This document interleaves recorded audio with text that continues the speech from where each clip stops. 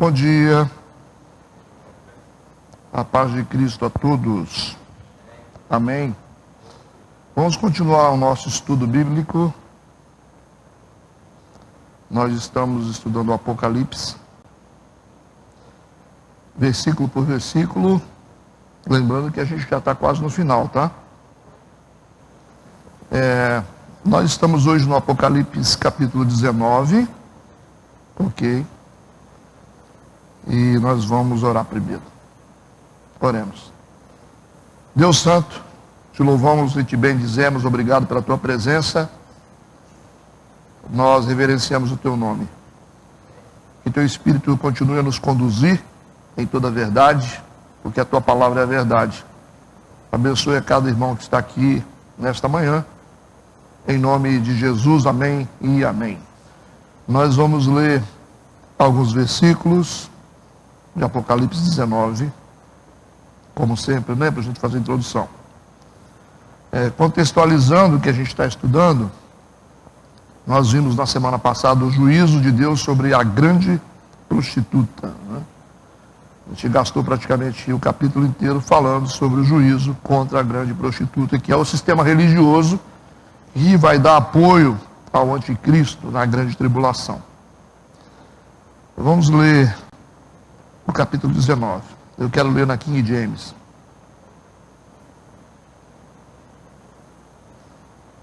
Diz assim: E havendo passado esses acontecimentos, ouvi no céu uma voz grave que anunciava: aleluia, a salvação, a glória e o poder pertencem ao nosso Deus. Porquanto verdadeiros e justos são os seus juízos. Ele condenou a grande prostituta que corrompia a terra com a sua sedução, e das mãos dela vingou o sangue dos seus servos. E mais uma vez, a multidão reunida exclamou: aleluia, a fumaça que dela parte sobe pelos séculos dos séculos. Então os 24 anciãos, os 4 seres viventes, prostraram-se e adoraram a Deus, que está assentado no trono, e exclamavam: amém, aleluia. E do trono partiu uma voz que conclamava: louvai o nosso Deus, vós, todos os seus servos, e vós que o temeis, tanto pequenos como grandes. Então ouvi algo semelhante ao som de uma grande multidão, como o estrondo de muitas águas e poderosos trovões, que bradava: aleluia, porquanto o Senhor, nosso Deus, o Todo-Poderoso, já reina. Alegremos-nos, exultemos e demos glória a Ele, porque chegou a hora das bodas do Cordeiro, e sua noiva já está preparada. Amém? Então, pessoal, Apocalipse não é um livro tão simples, e estudar a Bíblia exige uma dedicação diferente, né? Se fosse muito fácil e tranquilo, acho que não tinha tanta gente com problema. Todo mundo estaria estudando a Bíblia, né? Hoje a gente vai falar sobre um capítulo. É um capítulo de prestação de conta só. A Bíblia tem disso, né? Nem todos os capítulos, nem todos os versículos que você vai ler vai te dar, assim, algo do jeito que você quer, né? Às vezes você vai falar: hoje, aí o pessoal fala assim comigo: mas hoje foi bom, viu? Eu acho engraçado o pessoal dizer isso, né? Hoje foi bom, pastor. Quer dizer, os outros dias foi ruins, né? Eles estão dizendo assim: não foi do jeito que eu queria, né? A Bíblia, ela não faz as coisas do jeito que a gente quer. Ela diz o que tem que ser dito, né? Ela traz informações para a gente que são necessárias. E nem sempre a gente sabe discernir o que é necessário. A gente tem essa dificuldade. Igual você vai ler um livro secular, você começa a ler um livro, você vai chegando numa página assim, você fala assim: poxa, mas esse livro está meio cansativo, né? Tem umas partes do livro que você desce um pouquinho assim, e você fala: acho que eu vou parar. Aí quando você avança mais umas 3 páginas, você fala: opa, ainda bem que eu não parei, né? Agora esquentou esse negócio, tá? Mesma forma assistindo um filme, né? Às vezes você chegar num desfecho, você vai passar por situações que você fala: isso não precisava, né? E a Bíblia é mais ou menos assim também, vai narrar algumas informações, algumas histórias que servem de aplicação para a nossa vida diretamente, né? A gente consegue enxergar ali e falar, aí, tá vendo? E algumas informações que estão implícitas, você vai ter que cavar um pouquinho mais para poder tirar informações. Então esse capítulo 19 é mais ou menos isso, né? Porque é um capítulo de prestação de conta do que Deus está fazendo, provando que Deus é fiel, que Deus cumpre realmente o que Ele fala, e narrando assim, de forma bem precisa. A escritura bíblica, ela é assim, né? Ela é bem precisa, ela informa, ela não dá volta, ela não resume, e tem todo um contexto também judaico-cristão dentro da Bíblia, que você vai ver sempre aquela força do judaísmo, com muito cuidado com as palavras, muita precisão, muita repetição, apesar de você estar aqui no Novo Testamento, e o Novo Testamento você sabe que está em grego, mas a gente tem ainda o peso do judaísmo, porque os discípulos, a maioria deles eram judeus, certo? Entende o que eu digo? Vamos seguir. Então vamos para o versículo 1. Depois dessas coisas, que coisas, né? Está falando das coisas que nós estudamos semana passada. Está falando dos eventos narrados no capítulo passado sobre o julgamento da grande prostituta. Depois dessas coisas, ouvi no céu como que uma grande voz de uma grande multidão, que dizia: aleluia, salvação e glória e honra e poder pertence ao Senhor nosso Deus. Depois dessas coisas, depois do juízo ou das calamidades que a grande prostituta irá experimentar da parte de Deus. Está dizendo que esse versículo aqui, ou esse capítulo, ele está conectado ao capítulo anterior. Isso é uma questão de português, né? Depois dessas coisas. Ouvi no céu como que uma grande voz de uma grande multidão. Que multidão é essa? Essa multidão está dizendo: aleluia, salvação, glória, honra, poder pertencem ao Senhor nosso Deus. Só estão enfatizando aquilo que é, aquilo que eles já sabem, né? Então essa população celeste aqui, lógico, né, que é a igreja arrebatada, uma igreja arrebatada, e é também as vozes dos 24 anciãos. Lembra no início do Apocalipse, a visão de João diante do trono? Tinha 24 anciãos, ou 24 anciões, como você quiser. E também tinha os 4 seres viventes. Eles sempre aparecem na visão do Apocalipse, porque a visão é do trono. Você vai ver algumas passagens que traz para a terra, mas a principal visão do Apocalipse é junto ao trono. Então, do trono vai saindo essas informações, os anjos, tal. Ela vai variando para a terra, os juízos, mas ela começa com a visão do trono. E agora, o João está dizendo que ele ouviu uma voz como voz de muitas pessoas, uma multidão falando ao mesmo tempo: aleluia, salvação, glória, honra, poder pertence ao Senhor nosso Deus. Então, o céu já entendeu, e quem é Deus, já sabe quem é Deus, e está afirmando realmente o caráter de Deus aqui.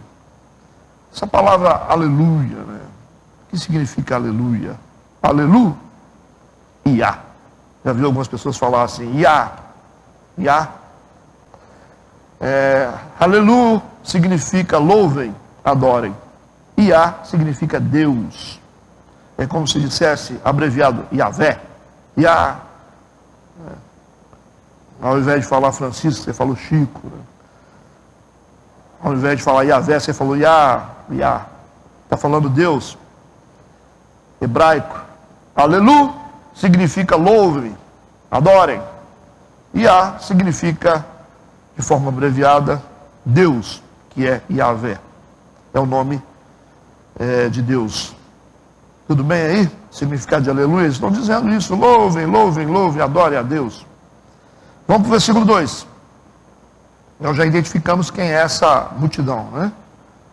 Os arrebatados, os 24 anciãos e os 4 seres viventes. Versículo 2. Eles continuam dizendo: porque verdadeiros e justos são os seus juízos. Por que essa afirmação, gente? Por que esses seres celestiais, essa multidão, esses anciãos estão afirmando porque verdadeiros e justos são os seus juízos? Essa é uma realidade que a gente tem que ouvir toda hora, né? Nós ainda somos um povo que duvida da fidelidade de Deus. Então Deus está ainda tentando provar a fidelidade dele para as pessoas. Está tentando mostrar o caráter dele para as pessoas. Principalmente a igreja tem muita dúvida a respeito do caráter de Deus. Se não tivesse, não teria essas variações de fé, essas dificuldades de compreender o que Deus está fazendo. Então não importa o que está acontecendo, o que importa é que Deus é justo e que algo existe nisso, existe um propósito nisso aí, por mais erros que a gente comete e que os problemas que a gente enfrenta são problemas que vêm a partir dos erros que nós cometemos, porque Deus é um juiz, Ele nunca vai trazer nada para a gente difícil sem que a gente dê uma legalidade. Você tem que entender o mundo espiritual dessa forma. Deus não trata nem o ímpio de forma injusta, nem o ímpio Deus trata de forma arbitrária. Até para julgar o ímpio, Ele trabalha com justiça. Então vocês têm que começar a entender Deus, estudar Deus, andar com Deus a partir dessa lógica. Deus é justo sempre. Mas fui eu que fiz besteira, pastor. Eu acabei fazendo coisa errada. E eu sei que esse dano está vindo por causa do erro que eu cometi. Sim. Mas Deus é tão bom, a misericórdia dele é tão grande que Ele vai fazer com que essa consequência aí que você está sofrendo se torne algo que vai te edificar. Ele é mestre em fazer isso, em transformar esse caos que a gente mesmo produz em coisas que possam nos ajudar a crescer. Ele não perde a oportunidade. Então Deus é soberano em tudo. É muito forte isso. Versículo 2: porque verdadeiros e justos são os seus juízos, pois julgou a grande prostituta. A grande prostituta passou por julgamento também, até para tratar o ímpio, gente. Deus é justo. Ele julgou a grande prostituta que havia corrompido a terra com a sua prostituição, e das mãos dela vingou o sangue dos seus servos. Então a ênfase aqui dessa comunidade celestial é falar sobre esse grande atributo de Deus, que é a justiça. Porque Ele está julgando a prostituta, a meretriz, de forma justa. Isso chamou a atenção deles. Ok? Isso chama a atenção deles, a ponto deles glorificarem o nome de Deus por causa dessa justiça. Então Deus está usando a justiça para tratar o mais infame pecador, que é a falsa igreja, que é a prostituta, a meretriz, o falso profeta. Versículo 3. E outra vez disseram: aleluia, aleluia, adore a Deus, e a fumaça dela sobe para todo sempre. Essa fumaça é o resultado, são os resíduos da destruição dessa cidade. É só uma figura de linguagem, está falando sobre a destruição, como se você colocasse fogo em algo e a partir de tudo que foi queimado está subindo uma fumaça de destruição. Tá? É só uma simbologia do que vai acontecer com uma falsa igreja. Versículo 4 e 5. E os 24 anciãos e os 4 animais prostraram-se e adoraram a Deus, que estava sentado no trono, dizendo: amém, aleluia. E saiu uma voz do trono que dizia: louvai o nosso Deus, vós todos os seus servos, e vós que o temeis, assim pequenos como grandes. Então essa voz que sai do trono aqui, a gente já compara trono, então foi Deus que falou? Foi Jesus que falou? Não foi Jesus nem foi Deus, porque essa voz está dizendo: louvai o nosso Deus. Provavelmente algum ser celestial, um anjo de uma estatura maior, no sentido de autoridade, que trabalha ou que ministra muito próximo do altar. Então são anjos que ministram próximo do altar.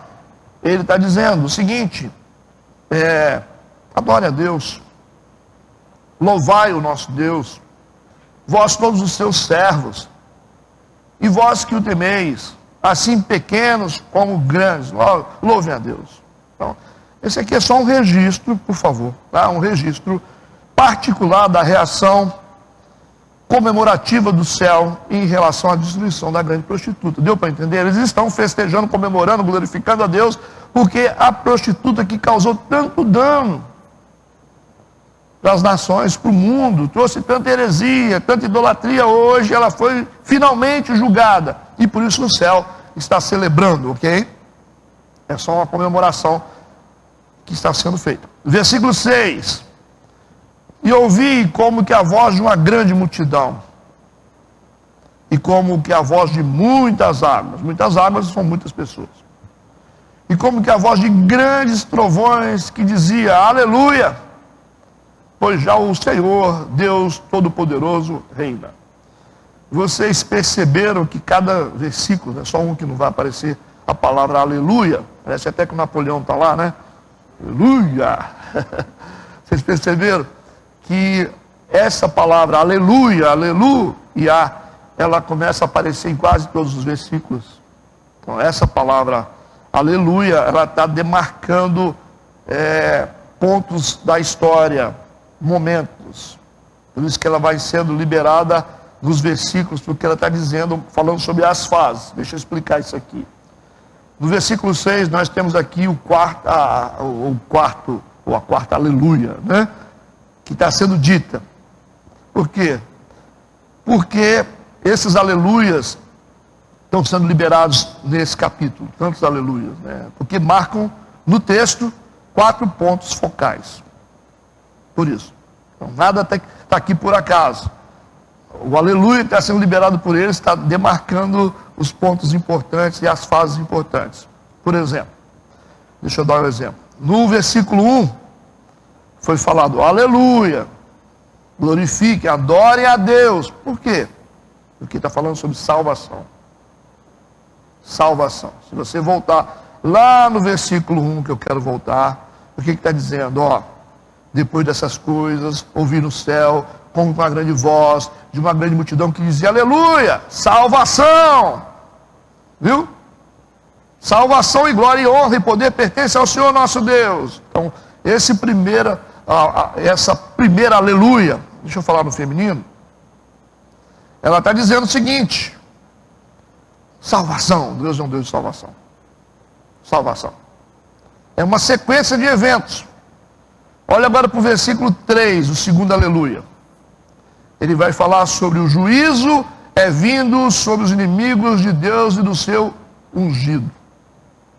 O juízo de Deus vindo sobre os seus inimigos e sobre o seu ungido. Sobre quem foi ungido por eles? O anticristo. O anticristo foi separado por eles. Por isso que o segundo aleluia é um sinal, é uma liberação no mundo espiritual dos atos de Deus. É uma sinalização do céu do que Deus está fazendo. Primeiro está dizendo salvação. O segundo aleluia, versículo 3, está dizendo o juízo vindo sobre os inimigos de Deus e do seu ungido. Deus vai trazer juízo sobre todos os inimigos dele e sobre o anticristo. Então esse aleluia que a gente está pensando aqui, que os seres celestiais, a igreja que foi arrebatada do céu, os anciãos estão falando, a gente está achando que é simplesmente uma celebração simples, mas é uma liberação, uma sinalização do que Deus está fazendo em sequência. Entenda mais profundamente isso. Terceiro aleluia está no versículo 4, que significa Deus é digno de ser adorado, porque é o Senhor da adoração. O quarto aleluia está no versículo 6, que nós acabamos de ler. Olha que interessante, deixa eu ler de novo, versículo 6. E ouvi como que a voz de uma grande multidão, e como que a voz de muitas águas, e como que a voz de grandes trovões, que dizia, aleluia, pois já o Senhor Deus Todo-Poderoso reina. Então significa o quê? Que agora a grande tribulação, fechou. Entenderam isso? acabaram-se os 7 anos de tribulação. Nesse ponto aqui, nesse aleluia, ele está dizendo, aqui Deus encerrou a grande tribulação, porque ele vai reinar agora. Está demarcando um tempo de milênio, que vai começar o reino milenar de 1000 anos. Termina os 7 anos de tribulação e começa o reino milenar de Deus. Entendido isso? Por isso que ele está dizendo, por isso que o céu está dizendo, o Senhor, Deus, Todo-Poderoso, reina. Então é um evento que marca o encerramento da grande tribulação, com o estabelecimento do reino milenar de Jesus Cristo, durante 1000 anos. E a igreja arrebatada está, tem que lembrar o seguinte, gente, arrebatamento da igreja não é ainda o final. Quem foi arrebatado antes da grande tribulação, quem for, é salvo. Ok? É salvo. Lembrando que, mesmo assim, todos terão que se dobrar diante de Deus, dobrar os joelhos diante de Deus. Todo ser tem que fazer isso. Todos, Moisés, Elias, Davi, igreja, os apóstolos, todos terão que dobrar os joelhos diante de Deus no juízo do grande trono branco, que a gente vai ver um pouquinho lá na frente. Que a gente chama de juízo final. Certo? Por quê, pastor? Porque a igreja já está salva, mas ela terá que se prostrar de joelhos para receber os galardões por aquilo que nós fizemos. Não tem isso na Bíblia? Pastor, o que serão esses galardões? Não sei. Não sei, talvez um X total, você vai ganhar um X bacon só, outro, sei, talvez, sei lá, 600 ml de açaí, enquanto o outro 300. Estou brincando só. Mas nós vamos receber galardões. Por quê? Pelo que nós fizemos. E os outros não vão receber por aquilo que eles não fizeram. E aí, onde é que entra isso, pastor? Entra aquela questão de você ser fiel na igreja, de você vir mais na igreja, de você se doar mais, de você correr atrás, você se esforçar. Essas coisas são registradas no reino de Deus, tudo que você faz. Por enquanto parece que nada está acontecendo, né? Aí o cara fala, pastor, mas a porta da graça é aberta para todo mundo. A porta da graça é uma porta de acesso para nós sermos salvos. Mas o que vai dar galardão são as nossas obras aqui na terra. Teve muita gente que morreu pela causa de Cristo. Essas pessoas precisam receber galardão. Muita gente que se esforçou mais, renunciou mais, orou mais, buscou mais. Então essas pessoas que fizeram mais receberão galardão no céu. Entende o que eu estou dizendo? Por isso que a igreja vai ter que também estar diante de Deus. Por isso que o livro será aberto. Lembra do livro? O livro da vida. Vai dizer assim, ô Renatinho, ó, tá aqui, hein? Renatinho. Entendeu? Então o livro da vida está registrado lá. Tudo de bom que nós fizemos e coisas ruins que nós também fizemos. Mas enfim, e para as pessoas, para os ímpios, que também eles não serão salvos, eles terão que se prostrar diante de Deus para juízo, para condenação. Então vai estar lá o juiz que vai dizer, ó, para lá. Lembra? Para a direita ou para a esquerda, para o céu ou para o inferno. Então, para isso que serve o juízo final, onde todos terão que prestar conta por aquilo que fizeram. Os apóstolos, os profetas, os reis, todos prestarão conta do que fizeram na terra. Entenderam isso? Então, por isso que tudo que fazemos fica registrado, tanto as coisas boas como as coisas ruins. A igreja arrebatada, ela vai ser galardoada. E esse galardão deve ser muito bom, né? Essas coroas que a gente recebe. O cara fala, mais uma pedrinha na minha coroa, não é isso? É mais ou menos assim, mas a gente não sabe o que é. Como será esse sistema de diferença no céu? Nós não sabemos, não me pergunte. Eu não fui para lá ainda, não sei. Mas é importante a gente saber que todo joelho se dobrará. Tanto para salvação, como para juízo, como para galardão. Vamos para o versículo 7. E essa comunidade celestial continua dizendo: regozijemo-nos e alegremo-nos, demos-lhe glória, porque vindas são as bodas do Cordeiro e já a sua esposa se aprontou. Porque a gente tem a ideia de que quando nós formos arrebatados, nós já iremos para as bodas. Não. Esse encontro que nós teremos com o Senhor nos ares ainda não é o casamento efetivo, aquela coisa, entende? Entende isso? Então, as bodas do Cordeiro é um momento muito sublime da igreja. É um momento de aliança máxima estabelecida. Então é como se você falasse assim: a gente vai para o casamento? Nós vamos. Mas que hora que começa o casamento? A igreja arrebatada, ela estará no céu, ou no lugar que a gente chama lugar intermediário, né? O lugar onde nós iremos depois do juízo é para Nova Jerusalém, gente. É uma cidade celestial. As pessoas que morreram em Cristo estão hoje em estado intermediário, que a Bíblia chama de paraíso, né? Estão em estado intermediário, esperando julgamento. As pessoas que morreram sem Cristo estão também num lugar intermediário, chamado Seol ou Sheol, né? Vocês conhecem isso?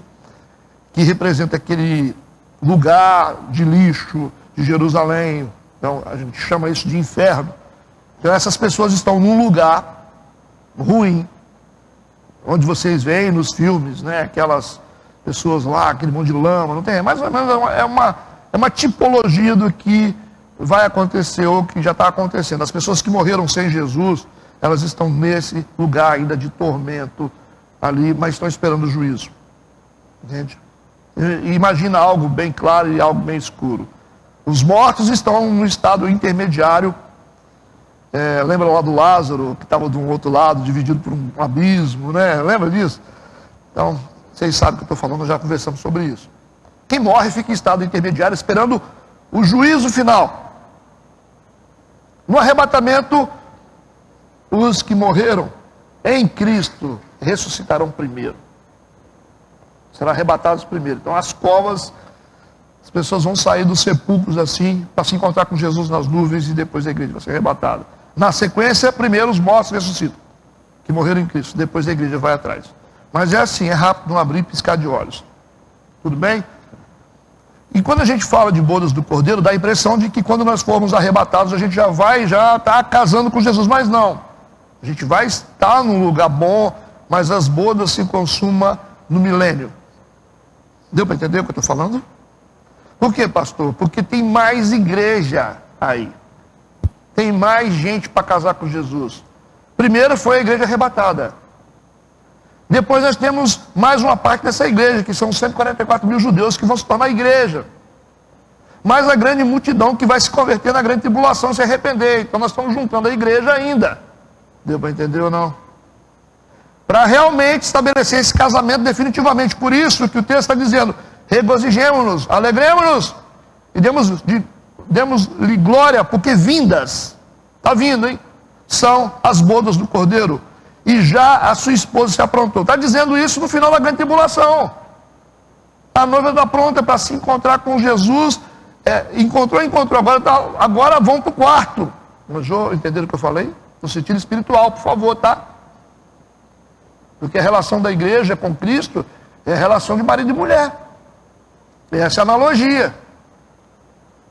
Você não casa e depois vem aquele momento festivo, depois vem aquele momento, né, que os dois vão lá para a lua de mel, aquela coisa toda. Então, assim, isso está em processo ainda.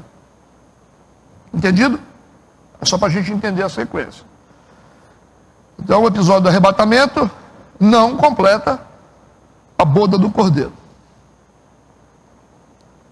Vamos seguir. Isso vai acontecer depois da grande tribulação. Versículo 8. Talvez vocês vão dizer: pastor, mas vai que isso... o pessoal fala: vamos passar pela grande tribulação, pastor? A Bíblia não mostra isso. Apesar de ter um monte de gente discutindo isso, de que a igreja vai passar e que já está acontecendo a grande tribulação. Tem gente dizendo que nós já estamos dentro da grande tribulação. Mas pelo que nós vimos aqui, não dá para aguentar a grande tribulação com essa tranquilidade que nós estamos aqui. Não tem muito sentido isso. Versículo 8. E foi-lhe dado que se vestisse de linho fino, puro e resplandecente. Viram a noiva se aprontando? A noiva é a igreja. Porque o linho fino são as justiças dos santos. Linho fino. A noiva e os seus preparativos, ela já está vestida com vestes nupciais. Então quando você fala, um milênio, são 1000 anos de paz, representa também a lua de mel, né? Da igreja com Cristo. Versículo 9. E disse-me, diz para João, né? Aquela voz daquele ser celestial que está próximo do trono. Ele disse para João, escreve. Bem-aventurados, ou seja, felizes, aqueles que são chamados à ceia das bodas do Cordeiro. Bem-aventurados. E disse-me, essas são as verdadeiras palavras de Deus. Então nós estamos vendo aqui uma bem-aventurança. E a gente tem várias bem-aventuranças aqui no Apocalipse. E essa aqui é a quarta. Ele está dizendo, bem-aventurados, felizes, aqueles que são chamados à ceia das bodas do Cordeiro. Aqueles que vão cear, aqueles que vão participar da festa, aqueles que vão casar, aqueles que estarão com o Cordeiro, que é a igreja arrebatada, mais os convertidos na grande tribulação. Então, quando nós vemos aqui bem-aventuranças, nós vamos ver que no Apocalipse capítulo 1, versículo 3, o Apocalipse ele é cheio de bem-aventuranças, né? O Apocalipse capítulo 1, versículo 3 fala, bem-aventurado aquele que lê, e os que ouvem as palavras dessa profecia. E guarda as coisas que nelas são escritas, porque o tempo está próximo. Isso foi dito lá no início do Apocalipse.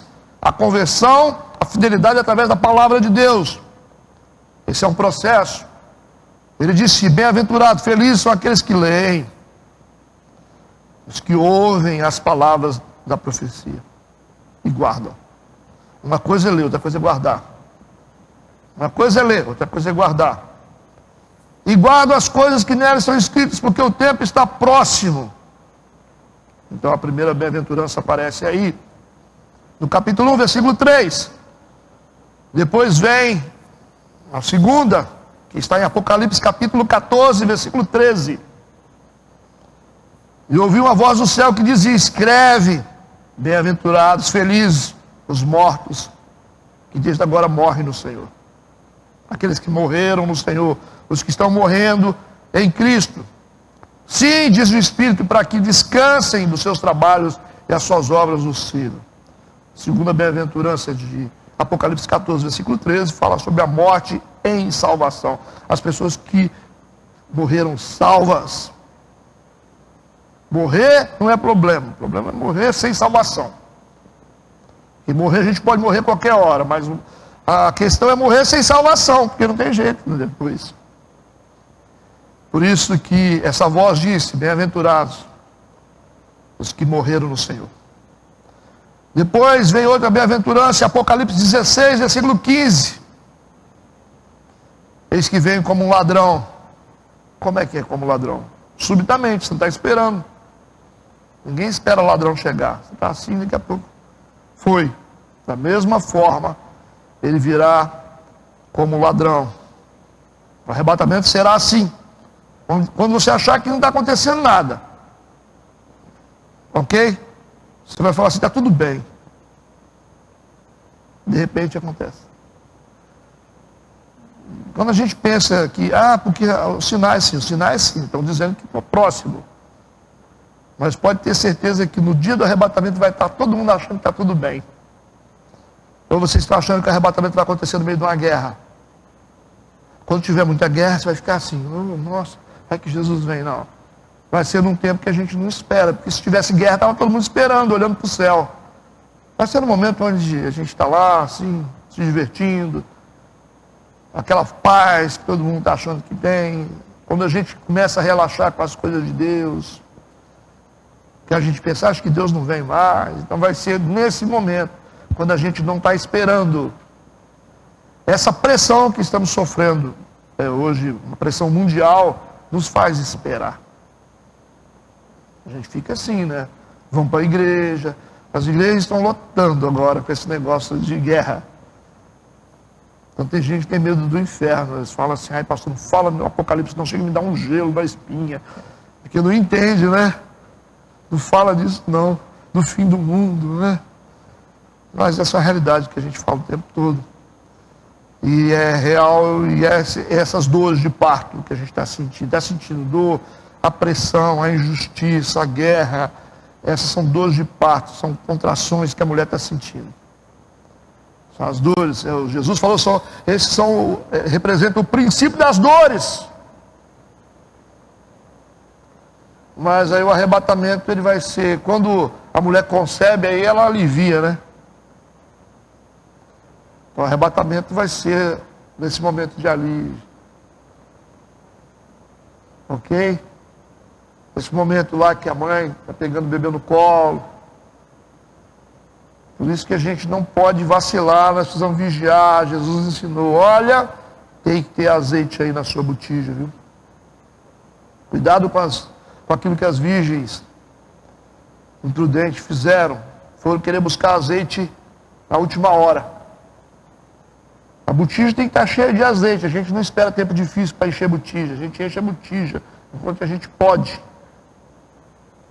A gente dá manutenção na nossa fé o tempo todo, porque a gente não sabe a hora. Que sejam sempre alvas as suas vestes. E que nunca falte óleo sobre a sua cabeça. Então esse óleo é o passaporte para o arrebatamento. E não adianta tentar comprar como as virgens imprudentes. Ei, você me dá metade do seu? Olha a questão particular. Você não compra óleo do seu irmão, da sua irmã, do seu pai, do seu filho. Por isso que elas não negociaram, as que se encontraram com o noivo. As outras pediram. Vocês podem ir, vai procurar. Não tem óleo. Cada um cuida do seu. Que hoje os casais estão juntinhos, mas pode ser que você olha para o lado e você não vê mais a pessoa que você gosta. Porque ela se encontrou com Deus e você não. Não tem jeito. Ok? Isso é importante. Ficar, mas nós estamos salvos juntos. Não estamos salvos juntos, não. Cada um tem que ter o seu passaporte, mano. Senão você não entra. Vai preparando o seu passaporte aí, casados. Esse negócio de viver na aba da esposa. Minha esposa ora, né?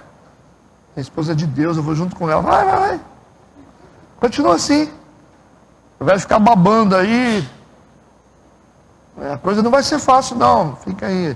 A mulher fica na igreja, luta, fé em Deus, e o cara fica lá só curtindo, sendo santificado no convívio da esposa. É bacana isso, né? Fica abençoado no convívio da esposa, porque Deus fala, se eu mandar fogo sobre ele, vai pegar nela. Não pode, né? Não posso fazer isso. Vai resvalar dele. Esse é o cuidado de Deus. Deus não tem como tocar em mim sem afetar a minha família. Deus sabe disso. Então por isso que muitas vezes, gente que está com a gente está sendo poupada, eles se acham espirituais. Já viu gente que anda com você, que fala assim, olha, minha vida é uma bênção. Aí veste aquela roupa de espiritual, né? Vem para a igreja assim, com aquela pose, não ora. Não estuda a Bíblia, não jejua, não tem santidade, não busca nada e fica se achando. Dá uma sensação que você é o queridinho de Jesus? Não, filhinho. Você só está recebendo essa aguinha que foi lançada sobre a sua esposa ou sobre o seu marido. Você não entendeu isso. Porque Deus sabe. Se ferir você, vai tocar nela. Por isso, ou ao contrário, né? Então, muitas mulheres estão patrocinando aí a paz dos maridos e muitos homens estão patrocinando a paz das esposas. Só por isso. Porque nós estamos conectados com pessoas e por isso que Deus às vezes dá uma vida abençoada para a gente que não merece. Não estou dizendo que nós merecemos, nós fizemos por onde, mas Por que a terra ainda ela está sendo beneficiada pelo favor de Deus? É porque o mundo é bom? Não, porque nós estamos aqui ainda. A terra só está assim, ainda as coisas estão funcionando, por causa dos justos. Entende o que eu digo? Por causa dos justos. Deus não destruiu essa cidade ainda por causa dos justos. Essa Sodoma. Por causa dos justos que estão nela. Ele disse para Abraão, se tiver um justo lá, eu poupo. Não tinha, né? Ainda Deus está. Por causa do justo. Deus está na igreja, não é porque a igreja inteira é boa, porque tem justo dentro da igreja. Aí o malandro está do lado se beneficiando. Aleluia, não é nada. Você só está indo na água dos outros. Casamentos, cônjuges sendo abençoados, sem ter compromisso com Deus. Empresas sendo mantidas porque o justo está lá dentro. Você tem dúvida disso? Você está dentro de uma empresa, Deus está abençoando a empresa por sua causa. Corre o risco de você sair da empresa e a empresa quebrar. Vocês duvidam disso? Isso é bíblico, irmão. Então eu tenho certeza que muitas empresas, né, foram abençoadas com a minha presença. E é assim que você tem que entender. Será que as empresas de vocês estão sendo abençoadas por causa de quem? Quem é o justo que está lá dentro? A casa de vocês, quem é o justo que está lá dentro? Talvez é um menino. Talvez é menina. Talvez é funcionário. Cuidado para esses justos não saírem. Porque o dia que eles saírem da vida de vocês, vocês vão sair dessa folga. Entende? Por isso que quando a igreja sair da terra, quando os justos saírem da terra, Deus não tem mais nada para fazer aqui. Vai dar chance, vai botar 2 testemunhas para pregar. Mas o Espírito Santo foi. Você vai pedir, cadê a igreja? Não tem igreja, irmão. Não tem uma portinha? Não tem. Acabou, fechou a porta. E a Bíblia? Pode abrir. Está em branco. Não tem mais não. Vamos para o velório. Vamos dar uma palavra. O morto vai ter que se contentar, porque não tem mais nem para a família, nem para o morto, né? Apesar de que a gente não pode falar nada para o morto, né? Vamos para o aniversário. Dá uma palavra aí. Não tem palavra, está tudo em branco. Porque o verbo foi. Deus está presente hoje diante de nós através da Bíblia. Você está com Deus aí, do seu lado, por causa da palavra. O verbo, do princípio era o verbo. O verbo estava com Deus, o verbo era Deus.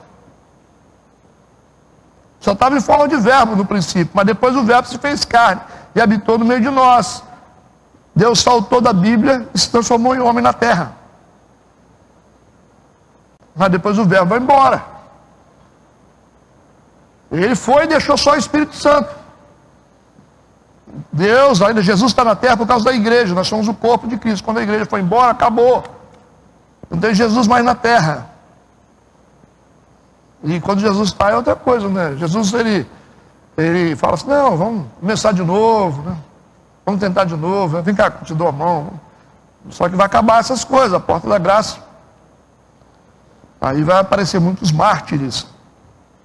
É o sangue derramado pela fé. Então a hora de ser salvo, ir para o céu é agora. Porque provavelmente quem foi frouxo agora, talvez não vai ser forte no arrebatamento. Não sei, né? Talvez uma grande tribulação, talvez a pessoa muda, né? Entende o que eu estou dizendo? Então essas são as palavras do fim dos tempos. Por isso que, bem-aventurados. Bem-aventurados. O texto está dizendo, Apocalipse 16, 15. Eles que vêm como um ladrão. Na época de Noé era assim, se dava em casamento, se divertiam, bebiam, as baladas. Fica tranquilo. Bem-aventurado aqueles que vigiam e guardam os seus vestidos. Vigia é assim, né? Ele fica assim. Será que é agora que vai acontecer o arrebatamento? Vai que, né? Vai que a gente não consegue terminar essa escola bíblica. Vai que 9h27, vai que 9h29, pum! Hã?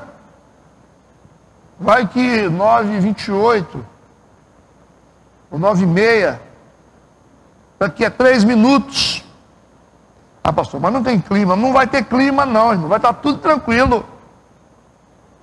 Tudo tranquilo. Ok? Então, bem-aventurados os que vigiam e guardam seus vestidos para que não ande nu e vejam as suas vergonhas. Fica aí. Vamos lá. Quarta bem-aventurança. Apocalipse 19 foi o que eu li.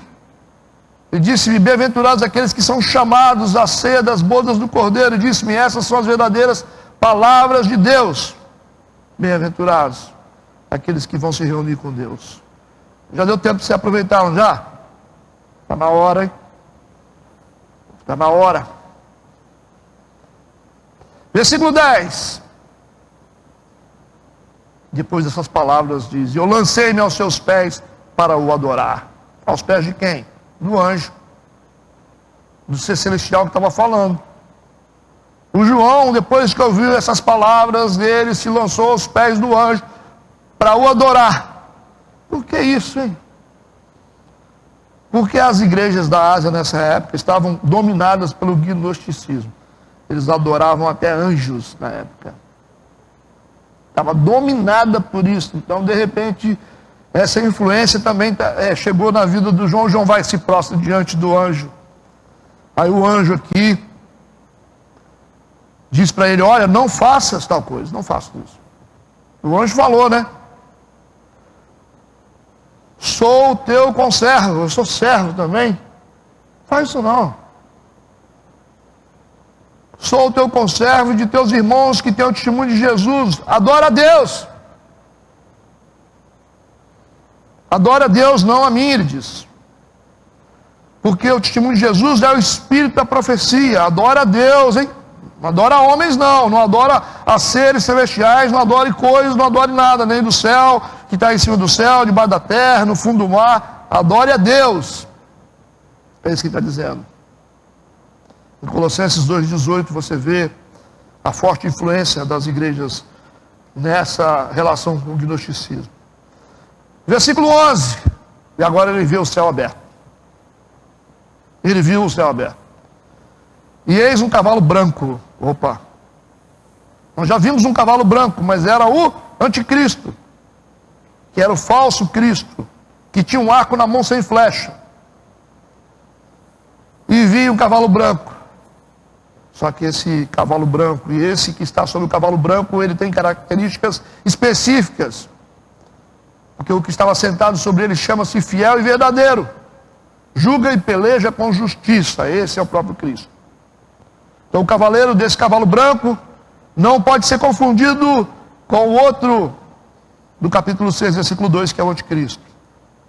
Vamos para o versículo 12. Os seus olhos eram como chama de fogo. Sobre a sua cabeça havia muitos diademas, muitos. Isso é o símbolo de autoridade. E tinha um nome escrito que ninguém sabia senão ele mesmo. Muitas diademas representam o verdadeiro governante de todas as nações. É o símbolo da realeza suprema. Esse é o Cristo, na sua glória. Versículo 13. Ele estava vestido de uma veste salpicada de sangue. Que sangue é esse? É o sangue do sacrifício? Não. É o sangue dos inimigos na batalha do Armagedon. Ok? Ele estava vestido de uma veste salpicada de sangue. O nome pela qual se chama é Palavra de Deus. Então as vestes salpicadas de sangue, nesse ponto, está falando sobre a grande batalha do Armagedon que acontece logo no final da grande tribulação, contra os inimigos de Deus. Então o sangue nesse ponto não é o sangue de Jesus, mas dos inimigos no dia da batalha. Entendido? O nome pelo qual se chama é a Palavra de Deus. Como é que chama Jesus? Jesus se chama a Palavra de Deus. Por isso que ele é chamado de Verbo. Por isso que é essa relação com o Evangelho de João. O Verbo se fez carne. No princípio era o Verbo estava com Deus, o Verbo era Deus, tal. Então, porque Jesus é o Verbo. Por isso que ele está dizendo. O nome pelo qual se chama é Palavra de Deus, que é o Verbo. Versículo 14. E seguiam-no os exércitos do céu em cavalos brancos e vestidos de linho fino, branco e puro. Esse é o exército celestial. Eles estão em guerra contra os inimigos de Deus. Então a gente está vendo aqui que enquanto a besta e os seus exércitos se preparam para a grande batalha, o Filho de Deus está arregimentando seu poderoso exército celestial. A couraça dos soldados de Cristo é de cor branca, representando a justiça, a bondade e a pureza. Então a grande batalha do Armagedon já está começando a ser desenhada. Vocês lembram disso, né? Já está sendo desenhada a batalha do Armagedon, onde várias nações vão pelejar contra Israel, vão se ajuntar, vai haver uma colisão de nações contra Israel, e por isso haverá uma intervenção de Jesus contra essas nações de anticristo. Já falamos, né? Versículo 15. Olha só qual é o instrumento de luta de Jesus. Da sua boca saía uma aguda espada. É só Jesus falar e as coisas vão acontecendo. Para ferir com ela as nações. E ele as regerá com vara de ferro. Vocês entenderam o que significa vara de ferro? É uma regência que não pode ser abalada. Ok? E está dizendo, ele mesmo é o que pisa o lagar do vinho. Fala sobre o sangue que será derramado na batalha do Armagedon. Ou seja, os exércitos celestiais pelejando contra o anticristo. Israel, as nações, vai ser um banho de sangue que a gente já falou. Né? Essa batalha, a gente não dá para dizer que vai ser uma batalha de infantaria, de soldados que vão andando, lutando uns com os outros como antigamente. Pode ser uma batalha de tanques de guerra, e esse sangue pode ser uma representação da consequência das mortes, né? O volume de morte que vai acontecer. Hoje você tem proporção de morte aí de milhares de pessoas em um segundo com a guerra nuclear, né? Ou canhões e mísseis, aí não dá nem para calcular, né? Então você mata milhões de uma vez só. Infelizmente a gente não dá nem para falar sobre a Terceira Guerra Mundial, que a gente não sabe nem como é que vai ser, né? Se Hiroshima e Nagasaki foram destruídos por uma bomba nuclear dos Estados Unidos, que diz que nem capim nasce lá mais até hoje, diz que até hoje nasce criança deficiente por causa da radiação da bomba. Naquela época que não tinha tanta tecnologia, imagina hoje. Você tem potências nucleares como a Rússia, Estados Unidos, Irã. É assustador esse negócio, não dá para ficar aqui não, nós vamos ser arrebatados mesmo. Não dá. Entende o que eu digo? Então da sua boca saiu uma aguda espada para ferir com ela as nações, e ela as regerá com vara de ferro, e ele mesmo é o que pisa o lagar do vinho, do furor e da ira do Deus Todo-Poderoso. Essa espada, Erebé, é a palavra de Deus personificada. Ok? Personificada. Deixa eu ler 2 Tessalonicenses, capítulo 2, versículo 8. 2 Tessalonicenses, capítulo 2, versículo 8. Que fortalece bastante essa espada, que é a palavra de Deus personificada. Então será revelado o iníquo, a quem o Senhor desfará pelo assopro da sua boca e aniquilará pelo esplendor da sua vinda. Isso vai ser na batalha do Armagedon, né? Onde o iníquo será destruído por Jesus. O anticristo será destruído por Jesus Cristo. Ok? Versículo 16. E no manto e na sua coxa tem escrito este nome: Rei dos Reis e Senhor dos Senhores. O pessoal gosta muito de usar esse versículo aqui para justificar poder fazer tatuagem, né? Fala, Jesus tem tatuagem na coxa, o que eu não posso ter? Puxa vida, é ser muito pequeno, você traduzir o Apocalipse dessa forma, né? É terrível. Então o texto está dizendo, no manto e na sua coxa tem escrito este nome, Rei dos Reis e Senhor dos Senhores. Está escrito que ele é Rei dos Reis e Senhor dos Senhores. Então a coxa simboliza a humanidade de Cristo, quando Cristo se tornou homem. Por isso que ele é Rei dos Reis, Senhor dos Senhores, porque ele morreu por nós. É por isso. ele se tornando humano. Por isso que a coxa representa a humanidade dele. Você não vê na Bíblia falando que saiu dos lombos, sempre fala uma parte do corpo. Dos lombos de Jacó saiu. Então, tudo tem um sentido. Então, a coxa que representa a humanidade de Cristo quando ele se fez homem, quando o Verbo se fez carne e habitou no nosso meio, quando ele veio à terra. Vindo à terra, morrendo por nós, ele morre e ressuscita e se torna Rei dos Reis, Senhor dos Senhores na sua glória. É só isso. Não é para você fazer tatuagem. Versículo 17. E vi um anjo que estava no sol e clamou com grande voz, dizendo a todas as aves que voavam pelo meio do céu. Interessante isso, hein? Está falando com as aves de rapina. Está falando com os urubus. O anjo falou isso. É estranho, né? A gente vê quando morre qualquer coisa, os urubus saem do nada. Parece que alguém fala com eles, né? Você fala, onde é que estão os urubus? Você não sabe, você procura, não acha. Mas a capacidade de detectar qualquer coisa estragada, cara, isso é fantástico. Tudo bem. Pastor, é porque ele tem um faro. Legal, sente cheiro longe, igual os tubarões, consegue perceber uma gota de sangue no oceano a quilômetros. Mas dá uma sensação de que tem alguém que está falando com eles. Eu estou desconfiado que tem gente falando com eles. Quem é que falou com os animais para eles virem para a arca, hein? E falou assim, vocês vêm de 2 em 2, hein? Em pares. É só a gente começar a pensar, tem alguém falando com eles. Obedientes dos animais. Eu gosto de usar essa parte.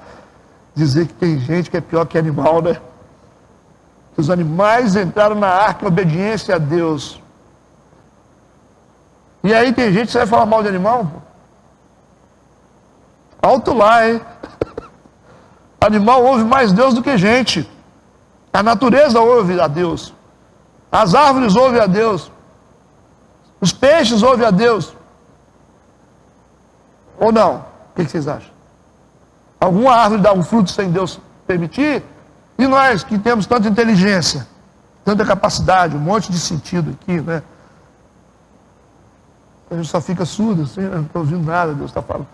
Puxa vida.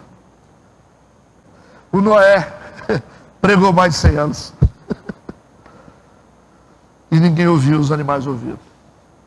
E entrar na arca, né? E até animais selvagens, né? Isso aí que é. Até animal selvagem, como é que faz? Né? É estranho isso aí. O ser humano não é brincadeira, não. E quando a gente fala de fidelidade, os animais são bem mais fiéis. E a gente percebe aqui, o texto está dizendo que o anjo clamou com grande voz, dizendo a todas as aves que voavam pelo meio do céu, vinde, e ajuntai-vos à ceia do grande Deus. Vai ter uma ceia para vocês. Que aí você acha que o anjo está falando? Vocês vão ter comida de sobra no Armagedon. No Vale do Armagedon vai sobrar comida para vocês. Então a ceia para esses animais é o resultado da guerra que vai ter. A quantidade de gente morta. Por isso que ele vai dizer, o versículo 18, para que vocês comam, para que comais a carne dos reis, e a carne dos tribunos, e a carne dos fortes, a carne dos políticos, a carne dos cavalos, e dos que sobre eles se assentam, e a carne de todos os homens livres e servos, pequenos e grandes, todos serão comidos ali. Esse anjo, ele estava no sol, está lembrando até a época de Josué, né? Que Deus parou o sol e a lua por um tempo, até que a batalha fosse vencida por Israel, até que os inimigos fossem derrotados. Então existe um paralelo nessas passagens. Ele disse, vinde ajuntai-vos à ceia do grande Deus. Está aí a ceia que vai ser, né? É diferente. Versículo 19. E vi a besta e os reis da terra. A besta é que é o anticristo. Os reis são os presidentes, os líderes das grandes potências mundiais. Eu vi, ele disse, a besta. Então o que ele viu é o que vai acontecer. A besta, os reis da terra, os seus exércitos reunidos para fazerem guerra àquele que estava sentado sobre o cavalo e ao seu exército. Ali está o grande exército do mal congregado em Armagedon para a peleja conforme capítulo 16. Versículo 20, a besta foi presa, e com ela o falso profeta. O anticristo e o falso profeta, que é a igreja falsa. O líder, a instituição já foi destruída, nós vimos passado, lembra? Capítulo passado, a grande meretriz já foi destruída. Agora o líder, que é o falso profeta. O texto está dizendo que a besta, que é o anticristo, e com ela o falso profeta, e diante dela fizeram sinais, com que enganou os que receberam o sinal da besta, e adoraram a sua imagem. Esses dois foram lançados vivos no lago de fogo que arde com enxofre. Aí é problema, né? É um lugar que nem o diabo quer ir, né? O lago de fogo ardente. Aqui, o falso profeta e o anticristo serão destruídos. Versículo 21. E os demais foram mortos com a espada que saía da boca do que estava sentado sobre o cavalo. Todas as aves se fartaram das suas carnes. Então, essa passagem é a consolidação do que foi predito por Jesus nas passagens de Mateus e Lucas, respectivamente. Porque os textos de Mateus 24, 28 e Lucas 17, 37 diz o seguinte: onde estiver o cadáver, aí se ajuntarão os abutres. Respondendo, disseram-lhe: onde, Senhor? E ele disse: onde estiver o corpo, aí se ajuntarão as águias. Lucas diz cadáver, e Mateus fala sobre corpo. São os soldados mortos no Vale do Armagedon por Cristo e o seu grande exército celestial.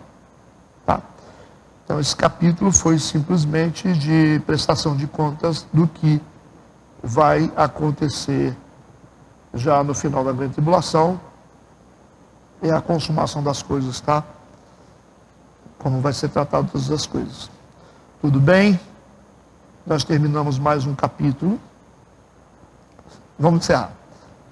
Oremos. Pai Santo, querido, te louvamos. Nós te agradecemos por estarmos aqui mais uma vez, na tua casa, diante da tua palavra. Nos leva para casa, abençoados, guardados pelo teu poder. Que tenhamos um dia de muita paz. Em nome de Jesus, amém e amém. Vamos em paz.